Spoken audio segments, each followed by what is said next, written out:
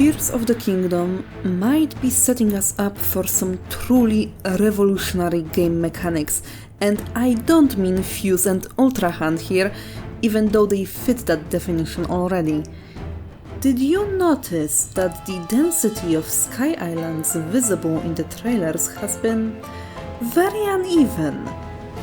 They've always seemed sparse, to the point that the opening shot of the latest trailer had left quite a few people surprised with visible explorable real estate.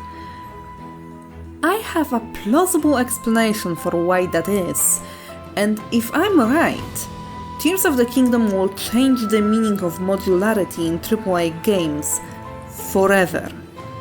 Stick around until the end to find out how. Here at Drakenwild, we are scholars. We follow the evidence wherever it may lead us and note down even the most minute of details. Sometimes we speculate.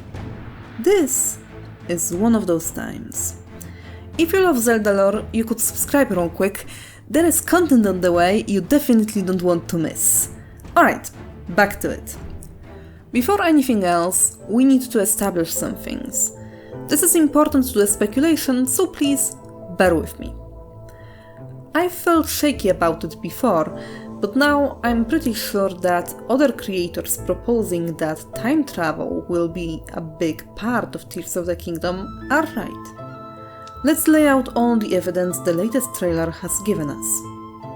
When Link barely misses Zelda's hand and she falls to her death, soft glow is seen emanating from her hand and her torso. That glow looks very much like the light seen whenever Link was teleported out by Zelda's powers in Breath of the Wild. She is being saved from the fall, either by herself or someone else. We don't know. Either way, she poofs out, but somehow, instead of moving in space, she moved through time. I've seen people speculate that she is holding recall here, and that's how she moves through time into the past. But personally, I don't like that explanation. It doesn't make sense to me. Recall ability isn't like the Gate of Time. It moves an object along the path it took in the past within the present. If it was recall, it would move Zelda outside the cavern, just like a regular teleport would. But that is not what happens. Instead, Zelda clearly has found her way into the ancient past. It is evident for a few reasons. Firstly, in shots she's seen in, there are no sky islands present, implying that at that point they haven't risen yet. This is further reinforced by her exact location. Based on landmasses seen in the background, we can deduce that she is standing somewhere by the edge of the Great Plateau or Lake Hylia area, at Great Plateau elevation or lower. She isn't saying, "Link, you must find me," because she's hidden away in a hard-to-reach spot in space. She's hidden away in a different time entirely. And, this is important, it would not be the first time something like this happened in a Zelda game. In Skyward Sword, Zelda is taken away by Impa through the Gate of Time and into the past in order to hide from a present-day threat. A maneuver like that is not out of the question for Tears of the Kingdom.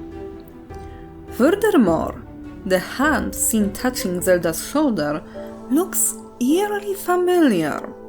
The color, the nails, the bracers. I am positive that this is the same hand that was seen in Ganondorf Away and attached itself to Link when his arm was burned by malice. Meaning that Zelda met the actual live owner of the arm before said arm became disembodied in order to keep Ganondorf stuck in place. From this, we can draw further conclusions. In the present, Zonai aren't hidden away in the sky. In fact, at the time Breath of the Wild takes place, Zonai are dead. The only thing remaining of them are constructs. Reptilian, just like their creators. constructs were tasked with the upkeep and defense of the Sky Islands, and other hidden zonai structures specifically to protect the tiers hidden within them. When Link appears, soldier constructs are aggressive towards him because they were made specifically to not let through anyone or anything that isn't meant to access the islands. Since Link is a surface dweller, that includes him too. In the eyes of constructs, he shouldn't be there, so they're doing everything they can to make him go away. Thing is, I don't think any of this, constructs, Sky Islands, should exist. I am making a crazy leap here, but it is logical, so bear with me. Many people have noticed that trailers we've gotten have been crazy inconsistent when it comes to Sky Islands. Whenever we see a shot from the ground, it seems to be a roulette. Sometimes there are quite a few Sky Islands. Sometimes there are like one or two, and oftentimes there are none. I think the reason for this is because Sky Islands aren't risen or revealed by Ganondorf. They never were in the sky in the first place. And, provided I am right, it's brilliant, really. A few weeks back, I saw an article somewhere relaying that Tears of the Kingdom devs stated that we as players will be changing the world we play in. I took it to mean that we will get to help rebuild Hyrule Terrytown style, and we probably will. But now, I kinda think there might be much more to that statement. Sky Islands were never in the sky to begin with, but when Zelda was sent into the ancient past, when the architects of those islands were still alive, she was granted the ability to affect the present, get the zonai to move their structures up and into the sky. What if it's a whole secondary gameplay loop Nintendo is keeping secret from us? Zelda's task that only she can do is preparing the islands for Link so that they are safe throughout thousands of years, with tears hidden on them, just so in the present day, Link can go into the sky and retrieve them.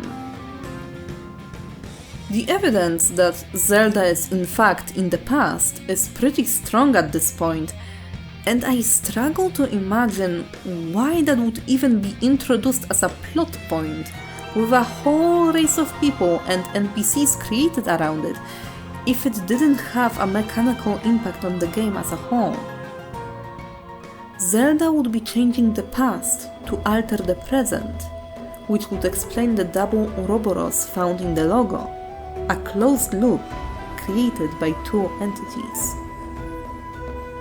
I am well aware that this idea is crazy and probably just a byproduct of hype. I'm not even sure if it's right. It is a guess, a speculation. However, it does make sense, both story-wise, based on the scraps we've gotten at least, and mechanically. With the introduction of Fuse and Ultra Hand, a theme was set for gameplay. Both of these abilities are a masterclass in modularity, and it would make so much sense to double down on it and push that modularity beyond just the weapons and physics objects and make the world itself be modular and alterable, to an extent at least. The Sky Islands are clearly not a natural occurrence. Even just visually, they scream of man-made. Us being able to manipulate them wouldn't be weird in the slightest, and honestly, it is not out of the question. A mechanic like that would lend itself wonderfully to overworld puzzles too. I can imagine a dungeon requiring us to reposition a few different pieces of land in a specific way in the past, in order to find our way inside in the present, but maybe making something else unavailable as a consequence. And to all of you who think that this is too much and completely unreasonable, it is not a new idea. Skyward Sword did it already. In Skykeep, the very last dungeon of that game asked you to rearrange its rooms in order to access modules containing Triforce pieces. So honestly, if anything, it'd be just another one in long line of gameplay mechanics Breath of the Wild took from that game and refined beyond recognition. Right behind climbing, stamina and durability. Thus, the reason for the weirdly uneven density of sky islands we've seen in trailers would be that these shots were taken at a point in the game when the islands weren't called into the sky yet, which also automatically explains why no one, not even Rito, knew of their presence back in Breath of the Wild. They simply weren't there. Well, but that's just my wild prediction for the game. It's not much longer until it's out, so we'll see soon enough, I suppose. What do you think? Does that idea make sense to you, or is it completely bonkers? Let me know in the comments and see you later!